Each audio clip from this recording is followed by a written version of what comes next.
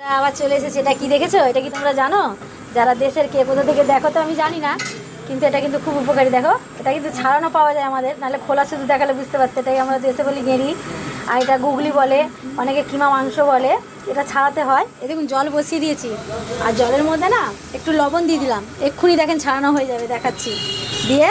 আর এই যে জলটা আছে না, এটা বাচ্চাদের যদি কাঁচা হলুদ দিয়ে খাওয়ানো যায়, ওদের জীবনে সর্দি কাশি কিচ্ছু হবে না।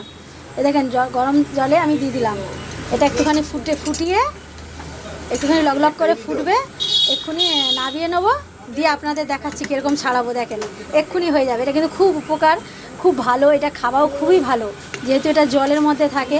এটা সত্যি খুব উপকারী জিনিস, এটা পাওয়া যায় না। একে কি খোলা শুদ্ধ ছাড়ানো নিয়ে এসেছি, এগুলো বলে 300 টাকা, মানে 30 টাকার সহ বলে আমাদের এই কলকাতায়, বুঝেছেন? এটা কিন্তু সত্যি খুব, আর আমার ছেলেরও খুব প্রিয়। মামা বাড়ি গেলেই, আমার জানেন মেদিনীপুরে বাড়ি, গেলেই ও আগে খায়, কিন্তু এখন আর পাওয়াও যায় না। দেখুন আমি দেখাচ্ছি, দেখতে থাকুন। দেখুন বন্ধুরা, এরকম চটকালেই কিন্তু উঠে যাবে, বুঝেছেন? এই দেখেন এরকম সেদ্ধ করে নিলে, এই দেখেন হাতের মধ্যেই দেখেছেন খোলাগুলো চলে এসছে, দেখেন কিছু করতে লাগবে না। এরকম করে নিলেন আর দিয়ে এরকম রেখে দিলেন, আর দিয়ে এরকম আস্তে করে এরকম তুলে দিলে, এই দেখেন ফ্রেশ, দেখেছেন? বাছতে হবে না, খাটতেও হবে না।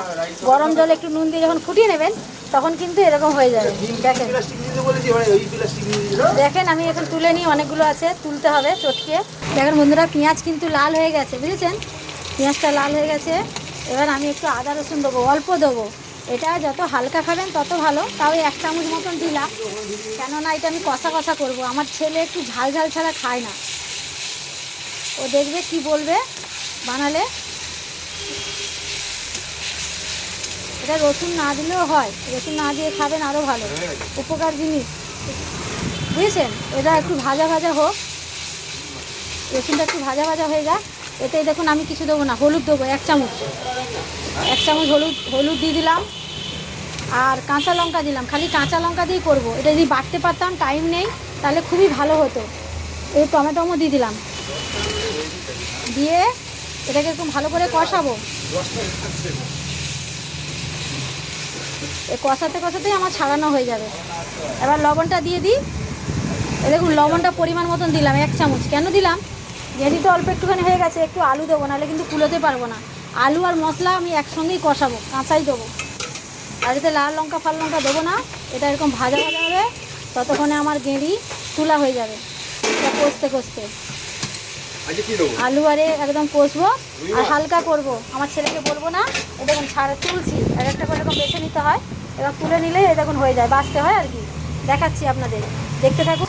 এ দেখুন বন্ধুরা, মশলাটা ভাজা ভাজা করলাম, কিন্তু আমি এই গুগলিটা ভাজি না, বুঝেছেন? কেন? এই জিনিস বেশি ভাজাভুজি তেলের মধ্যে করা ভালো না, যত কম ভাজবেন। এই জিনিস সূক্ষ্ম, এত মশলা দিয়েও করে না।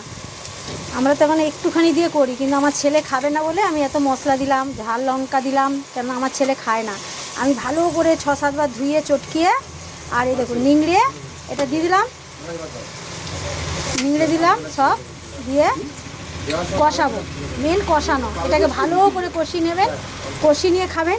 আর একটু পেঁয়াজ আলু দিয়ে ভেজেও খাওয়া যায়, পেঁয়াজ আলু কাঁচা লঙ্কা দিয়ে একটু ফ্রাই করে, সামান্য একটু হলুদ লঙ্কা গুঁড়ো দিয়ে যদি ভেজে খান আরও ভালো, আদা রসুন দেওয়ার দরকার নেই। এই সব জিনিস খুব উপকারী জিনিস, খুবই ভালো, আমার ছেলেও জানে। দেখেন আমি দেখাবো, আমার ছেলে বলবে। দেখাচ্ছি আমি, এটা এক হাতে ফোন, এক হাতে করতে পারছি না, দেখতে থাকুন। দেখেছেন বন্ধুরা কি সুন্দর লাগছে? দেখেন সবাই খাবে তো চলে আসুন, আছে কিন্তু রেডি। জানেন এটা খুবই উপকার। আমার ছেলের কাছে ছেলে বলবে, শুনবেন খাওয়ার সময়, মানে ও ইচ্ছা করে বলবে, তো বলতে পারে না, শুনতে পারে না, তাও বলবে, দেখবেন ও জানে। কেন ওদের স্কুলে ডাক্তার এসেছিলো, সে বলে ও জানে, নাহলে জানতে পারতো না। আর দেখেছেন? কিন্তু এটা সবজি দিয়েও হয়, এটা সবজি ছাড়াও হয়, এটা শুধুও করতে পারেন। আর এটা অনেক কিছু দিয়ে, যেমন চিংড়ি মাছ করেন সেরকম করতে পারেন, কিন্তু এটা তেলে ভাজবেন না, তেলে ভাজলে কিন্তু উপকারটা থাকে না। যে কোনো জিনিস তেলে ভাজলে হবে না। এবার এই দেখুন ধনে পাতা রেখেছি, ধনে পাতা ছড়িয়ে দিচ্ছি। আমার রেডি গুগলি, এই দেখুন গুগলি রেডি।